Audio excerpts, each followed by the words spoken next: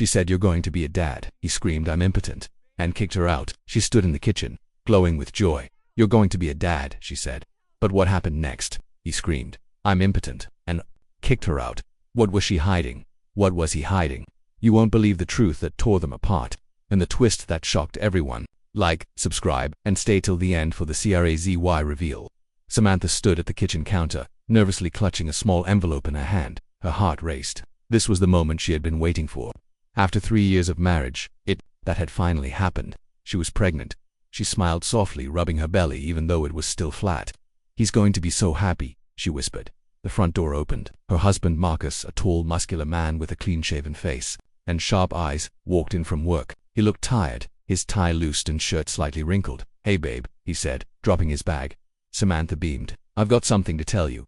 Marcus raised an eyebrow. "Curious here. What's up?" Samantha walked up to him, handed him the envelope, and said with a grin, "Congratulations. You're going to be a dad." For a moment, silence filled the room. Marcus looked at the test results, blinking rapidly. Then, like thunder cracking the sky, his voice roared, "What?" Samantha's smile faded. "What's wrong?" Marcus's face turned red, veins popping on his forehead. "This is a joke. RIGHT, he yelled.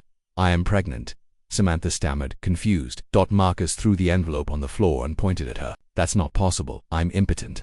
The words hit Samantha like a slap. "What are you talking about? I can't have kids." "Samantha, the doctor told me 2 years ago," he shouted. "So who's the father? Who did you sleep with?" Tears welled up in Samantha's eyes. "No one. I haven't cheated on you, I swear." Marcus didn't listen. His eyes were wild. He stormed to the closet, pulled out a suitcase and started throwing her clothes in it. "Get out of my house." "Marcus, please, this doesn't make sense. We've been trying for years. What if the doctor was wrong?" But Marcus didn't care. Blinded by anger and betrayal, he shoved the suitcase toward her. "I said, get out." That night, Samantha sat crying on her best friend Jasmine's couch. Her whole world had fallen apart in 1 minute. But deep inside, something didn't feel right, not just about Marcus's reaction, but the secret he was hiding. Days turned into weeks. Samantha moved in with Jasmine temporarily and tried to make sense of what happened. She couldn't understand Marcus's reaction. Why would he say he was impotent, and why had he never told her? Jasmine, bold and fiercely loyal, was furious. "He kicked you out over a pregnancy. That man has something to hide." Samantha shook her head. "What if he really is infertile? But then, how am I pregnant?" Jasmine paused. "You haven't cheated, right?" "Never," Samantha said firmly. "Then we're going to find out the truth." Meanwhile, Marcus sat alone in his big house, staring at old medical files. He remembered the appointment like it was yesterday. The doctor had said he was unlikely to conceive, not completely sterile. But Marcus had taken that as final. He never told Samantha out of shame. Back then, he decided, if she ever got pregnant, it would have to be someone else's baby. Now, guilt and confusion gnawed at him. He drank more, ate less, couldn't sleep. He kept thinking about the way Samantha looked that day, happy, glowing, innocent. Had he made a mistake?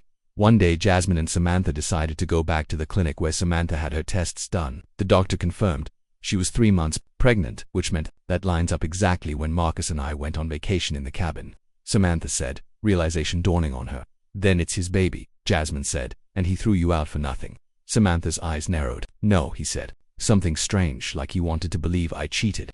Like he was waiting for a reason." They dug deeper. Jasmine started investigating Marcus's past, his phone records, and even an old friend from his gym. And what they uncovered shocked them both. Turns out, Marcus had secrets of his own. Big ones. About a year ago, he had started seeing someone else briefly while Samantha was away visiting her parents. Her name was Loren. She was younger, flashy, and wild. But the affair ended quickly after Loren started demanding more. Marcus broke it off and never told Samantha, but it haunted him. Now when Samantha got pregnant, his first thought wasn't miracle. It was revenge. He projected his guilt onto her. Meanwhile, Samantha finally confronted Lauren after finding her number in Marcus's call logs. Lauren, not knowing Marcus was still married, confessed everything. "Yeah, we dated for a bit. He told me he was single, that his wife left him. But he got weird after a few months, paranoid, said he couldn't trust anyone." Samantha's jaw dropped. "So Marcus lied to both of them?" Jasmine was furious. "He was the cheater. He was lying, and he dared to accuse you." Samantha nodded. "He needs to hear this from me." The next day she went back to their house. She stood strong on the doorstep, knocked, and waited. Marcus opened the door and froze. She was glowing again, but not with hope, with purpose. "I know about Lauren," Samantha said coldly. Marcus looked shocked. "You don't understand." "No, you don't understand," she interrupted. "You accused me of cheating. You humiliated me. You screamed at me and threw me out when you were the one with skeletons in your closet. Marcus looked down for the first time. He was speechless. And guess what? She added. That baby you threw me away for, it's yours. Marcus's knees buckled, but Samantha wasn't done. Marcus sat on the porch steps, head in his hands. Samantha stood above him, holding her ground. I didn't cheat, she said quietly. I was faithful to you, even when you were out sneaking around, even when you never told me about your diagnosis, even when you let your fear control you. I'm sorry, Marcus whispered.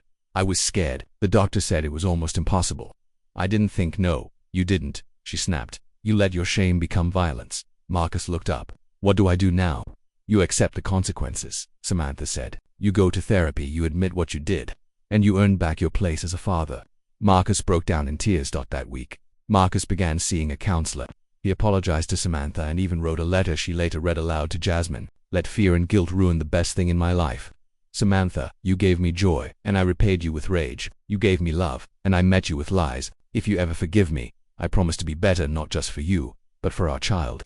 Samantha didn't move back in, but she agreed to let Marcus be part of the pregnancy. He attended doctor appointments, brought flowers every week, and slowly, carefully, started to repair what was broken. Jasmine stayed close, protective but supportive. He has a long way to go, she said, but maybe he's finally waking up. 9 months later, Samantha was in labor. Marcus rushed to the hospital, pacing the hallway with Jasmine beside him. He looked terrified, but not because of shame this time, because he cared. When the nurse brought out the baby boy wrapped in blue, Marcus's hands trembled. He held his son for the first time, and something changed in his eyes. He looked at Samantha. I know I don't deserve this moment, he said, but I swear I'll never take it for granted. Samantha, exhausted but calm, smiled faintly. Then don't. They named him Noah. As months passed, Marcus proved himself. He changed. He showed up. Not just for diapers and feedings, but for Samantha too. Slowly, she let her guard down. One evening, while watching Noah sleep, Samantha said, You broke my heart, but you're trying to rebuild it. That matters. Marcus nodded. You gave me another chance. I'll never waste it. The story of Samantha and Marcus spread around their neighborhood and later online. It wasn't just about betrayal. It was about fear, healing, and redemption. Sometimes, life gives us miracles we're not ready for, and sometimes, our worst mistakes are the beginning of our greatest lessons. Marcus thought his world ended the day Samantha said, You're going to be a dad, but that day a father and a better man were born. Like, share this video and subscribe if you believe in second chances.